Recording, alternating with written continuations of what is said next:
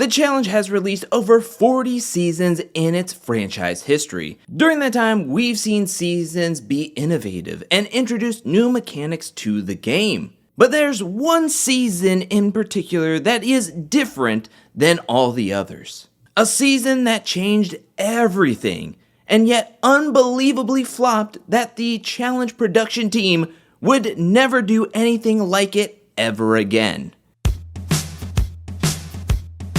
The year was 2008, a time where Robert Downey Jr. and Christian Bale both portrayed genius, billionaire, philanthropist superheroes who felt it was too late to apologize for going low. It was around this time that the challenge was in sort of a rut. I mean, in its first 15 seasons, the challenge had quite the evolution. From establishing the real world versus road rules format, to then introducing eliminations, then mixing up the teams in more arbitrary measures, and then instead of the team format, they tried out people playing in pairs and individually. They made significant strides to find their footing, but it just feels like the challenge just wasn't hitting the potential that it thought it could. I mean, after the duel, they went right back to the Inferno and Gauntlet well. Not saying anything bad about those two themes because they were really solid, but having back-to-back seasons of the third installments for each of them, neither season was remarkable, and the challenge needed to find its pathway. It wanted to have the chance to get to new heights never before seen in the franchise. And to do that, sometimes you gotta swing big. And kinda plagiarize. In 2000, CBS debuted a new reality show called Survivor. In this groundbreaking reality TV show, strangers would be stuck on an island with limited resources, compete in challenges, and vote each other off, until there was one person left, deemed the sole survivor. It was an instant success. But there was one season of Survivor that would change its entire landscape and go down as one of the most exciting reality TV show seasons of all time. Do you want to guess what year it came out? Oh my god. I am in such a hot pickle right now. Survivor Micronesia, also known as Fans vs. Favorites, premiered on February 7th, 2008. This season would have incredible TV moments featuring the impeccable gameplay of the Black Widow Alliance. From master strategy, shocking blindsides, and cutthroat gameplay. There's a reason why Fans vs. Favorites is regarded as a top 10 Survivor season. Of course, the challenge was looking at this and was wanting some of that success. Basically, the challenge production team sold their soul to ride the Survivor wave by premiering its 16th season, The Island. Yes, but in the challenge's defense, The Island is like your friend handing you an essay and saying, try to switch up some of the paragraphs so it's not like you copied me verbatim. Like Survivor makes their players create their shelters, while the challenge gave them some structure and bug nets. Survivor makes the players hunt their food, where the challenge drops food in army-sponsored crates. Also, the fact that this season is deemed The Island. Before season 16, there had never been a challenge season that took place exclusively on an island. The challenge even completely changed up its format to feature vote-offs instead of elimination games. Up to that point, they didn't have vote-offs since season 9 back in 2004/2005. Ever since season 10, they had elimination games. And mind you, some of these elimination games were some of the most exciting moments of the seasons. This shocked me because the elimination games were a feature only really exclusive to the challenge. Looking at other reality shows around that time, everybody had vote-offs, but the challenge was one of the only shows to have two players going in head-to-head against each other to fight to stay in the game. But they took that completely away, but hey, at least we can rest assured that they'll have challenges. There aren't even any challenges. Huh? There aren't even any challenges. What was that? There aren't even any challenges. Do you know how insane it is to have a show called The Challenge to not have any challenges? That's like a season of Top Chef that doesn't have chefs. In the face-off, the players would nominate 3 players to go head-to-head. One player would win, get the opportunity to get a key, and then the 2 other players would be subject to a vote. This was a major departure to the challenge that we grown to know. But to production, they were willing to completely strip away their game to become this weird amalgamation that didn't really resemble the challenge but didn't really resemble Survivor, all for one thing. Earlier, I said Survivor was an instant success. And I know it's hard to trust basic cable with those claims where you hear them say that this is the #1 new hit show, but you've never heard of the show before, yet it has 9 seasons. But Survivor was the real deal. Their episode numbers were garnering tens of million viewers every single episode. You can't tell me that the challenge wasn't looking at those numbers, looking at their formula, and saying, we can do that. Don't have to pay for a giant mansion? Don't have to pay to feed the cast? No giant sets needed for big challenges? No elimination games? And we could possibly get this word of mouth to maybe reel in some of these millions of Survivor viewers to check out the challenge? It was too enticing to pass up.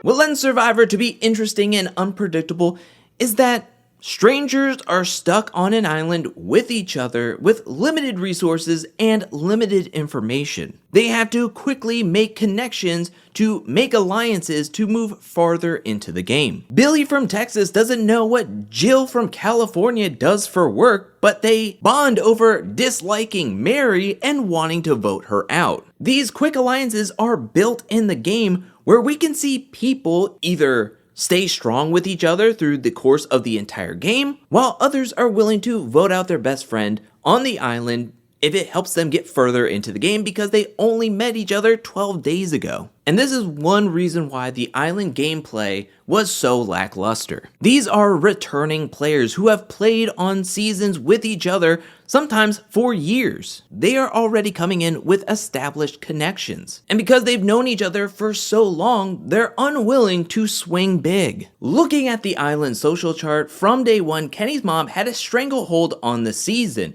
making the game very predictable. Now there were some interesting moments, and we'll get to those when we go over the good that came out of the season or the impact of the season later on in the video. But those moments are few and far between, and the majority of this season is very predictable. Now looking at this chart, if some of the players who rode the middle of the fence would have picked the other side of the island, then we could have possibly had 2 giant warring alliances on this season going head to head to gain power and gain control of the game. But that just didn't happen. Once you know that Kenny had half the beach kissing his butt, the game was basically over for everyone else. I believe that the island could have been way more interesting if the challenge didn't take all these half measures and just went all in on just trying to be Survivor. Have everyone be playing in the face-off instead of nominating 3 players and 3 players only. Let everyone be an option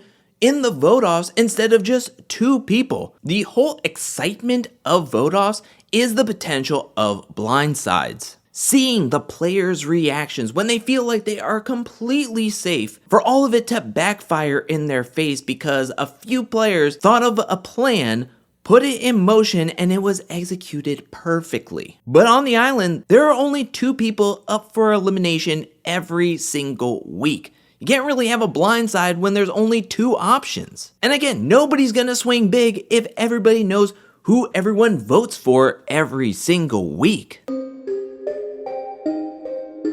Let's do a small recap of how this season goes. Abram, Kenny, and Tanya go into the first face-off. Abram wins, and Tanya, being the challenge pariah, is overwhelmingly voted off for Kenny to stay. Dave quits. Abram, Derek, and Johnny go into the face-off with Derek winning. Abram basically quits / asks to be voted off to go home to save his business. Close vote, but Abram gets his way and John stays. Now time for some unpredictability. Kellyanne, Rachel, and Robin go into the face-off where underdog Kellyanne wins. Rachel voted off, which was a close vote, but this sealed the mob with the majority for the rest of the game. Paula, Jen, and Ashley go into the face-off. Everyone gets help, and Paula wins. Ashley gets hurt and essentially gives up / asks to be voted off. Now, episode 5 is the best episode of the season. Evelyn, Tyree, and Dan go into the face-off where Evelyn does the impossible and beats Tyree and Dan. This leads to the iconic moment of Evelyn's speech and taking Johnny's key. Johnny, I'm taking your key. If you want it back, and win it back. But then that moment is instantly undercut because in episode 6, Johnny, Derek, and Kahutta go into the elimination. John wins. Derek has more friends over the rookie Kahutta, and so he stays.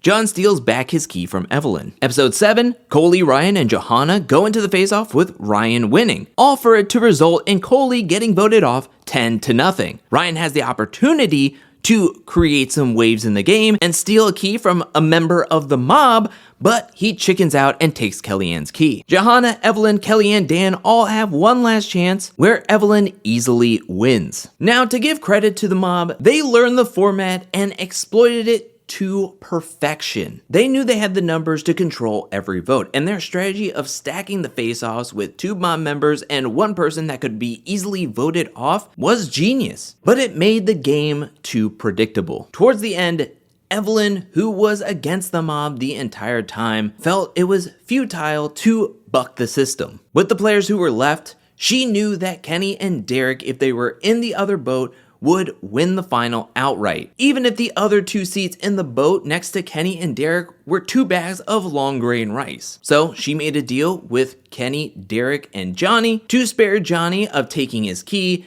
for a chance to get in their boat to win the season. This leads to the second best moment of the season, and that is the blind side to Paula, who thought she was always going to be in John, Kenny, and Derek's boat the entire time. She was frustrated, she was hurt, but the other 4 couldn't hear her cries over the sound of that check cashing in their bank account. Speaking of the final, this is one of my least favorite finals in the challenge's history. I get that seeing the boat being built over the course of the entire season can be interesting, but the final was just paddling. It's definitely up there of being one of the most lackluster finals in challenge history, right next to Gauntlet 2. It was short, underwhelming, and mostly forgettable.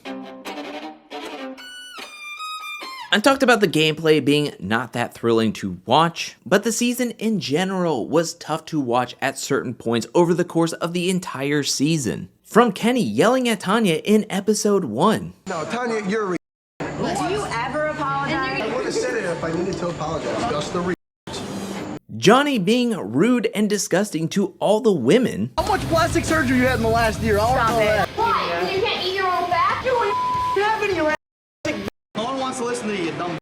Dan's alcohol consumption, which great job on production giving them bottles of alcohol, yet minimal food and ton of sun exposure. Really great mix there, you know? The more time that passes, the worse this season ages. And if it wasn't the cast treating each other poorly, it was the production team treating everyone poorly. The conditions of the island were so bad that multiple cast members say it was the worst experience that they ever had on the show. Of course, there was minimal food to where in the Untold History miniseries, cast members told of stories of raiding production in the middle of the night to just grab anything that they could eat. They were gonna sneak and grab like ketchup or chips. If you're stealing food, you're pretty hungry. The overall experience just wasn't a good one. To where in the later years, multiple cast members talked about how if there were to ever be an Island season 2, that they would tell production, no, I'm not doing it. Now I know up to this point I've given a lot of criticism and talked negatively about the season, but the island had some good moments and would show to be impactful for seasons to come. First, the island produced one of the biggest rivals in the challenge's history. Kenny versus Wes. Before season 16 began, Johanna and Wes had split up. Then when the island began, that's when Johanna and Kenny started up a fling. Kenny started taking some pop shots at Wes in the confessionals. Basically, I think Wes is a piece of and I hate the guy. Wes didn't take too kindly to these confessionals. In the next season that they would be on together, which was season 18, there was this intensity between them. It would linger on from season 18 to season 19, to then they would be paired up with each other on season 21, Rivals. Evelyn cemented her legacy in season 16. It could have been so easy to hide away or get discouraged when majority of the players that were on her side of the island would be voted off one after another, until she really only had Kellyanne in the game. She could have groveled to the mob asking for a space on their boat, but she never backed down. Her moment of stealing Johnny's key is one of the hypest moments in all of challenge history, in my opinion. You, your alliance. It was sad that it was undercut the very next episode with John stealing his key back, but episode 6 moment doesn't take away from how incredible Evelyn's moment in episode 5 was. Then for her to win Waterbound, the final opportunity to get a key to lock her spot in the final, and then have mob members come up to her to create a deal to save Johnny, and to have Johnny apologize to her, and then for her to come out on top, even if it is standing next to players that she wasn't really close with in the game. Kellyanne in her rookie season was a star, winning against a very strong competitor in Rachel, and almost making the final if it wasn't for Ryan stealing her key in the penultimate episode. The person's challenge journey that changed drastically due to the island is Johnny Bananas. This is the first win in his historic challenge career, which is still ongoing at the time of taping this video. If Johnny doesn't win on the island, who knows what his challenge career would look like at this point. I think with this win, Johnny solidified himself in the JEK Alliance. If he doesn't win on the island, he's not on the champions team, getting another challenge win. And from there, you can have this avalanche of hypotheticals and what ifs of like, how many challenge seasons does Johnny win if he doesn't win the island?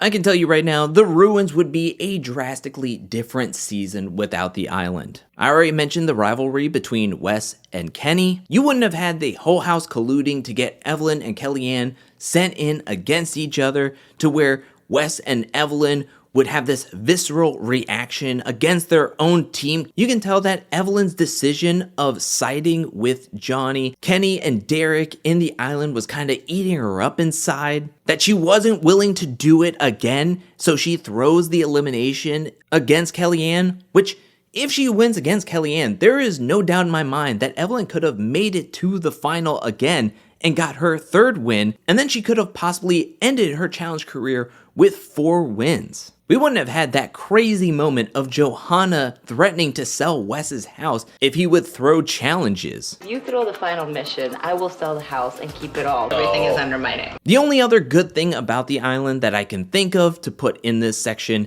is that it's only 8 episodes. The fewest episodes in a single challenge season since season 2, which only had 6 total episodes. When writing this script, I created a community post asking people what they thought about the island. And the comments were a bit of a mixed bag. Of course, you had a ton of comments talking about how bad this season is, but there was quite a few island defenders, that it is an important season over the course of the challenge. Now, I can understand that the island dynamics really help shape the trajectory of the challenge, not just the show, but also the players. But just because something was impactful doesn't mean that it was good. I can't overlook the toxicity, the format changes that made this show not feel like the challenge at all, the final being a rowing contest, and the predictable gameplay that made me feel like I was watching the Vacation Alliance before the Vacation Alliance. The one thing that makes me the happiest about the island is that it wasn't a success. Everyone was really excited for the island, except the viewers. People weren't really into it. Because I shudder at the thought of what if the ratings were massive for this season? Would it look like this weird Survivor clone? Would every season of the challenge take place in Panama? No more challenges or eliminations? Most likely no, as the challenge always tries to change things up every other season or every season. And to be honest, I'm actually shocked that in the 24 plus seasons after season 16 that the challenge production team didn't even try to test the waters to possibly do an Island 2. You know, this reminds me of a quote from Jeff Probst. Survivor teaches you that sometimes you gotta sacrifice short-term comfort for long-term gain. And for me, I think that's true for the challenge and the island. The show and some of the players had to sacrifice short-term comfort by going through the island to then progress to reach newer heights and create bigger and bolder seasons. Because no matter how you slice it, you can't get to season 40 without a season 16.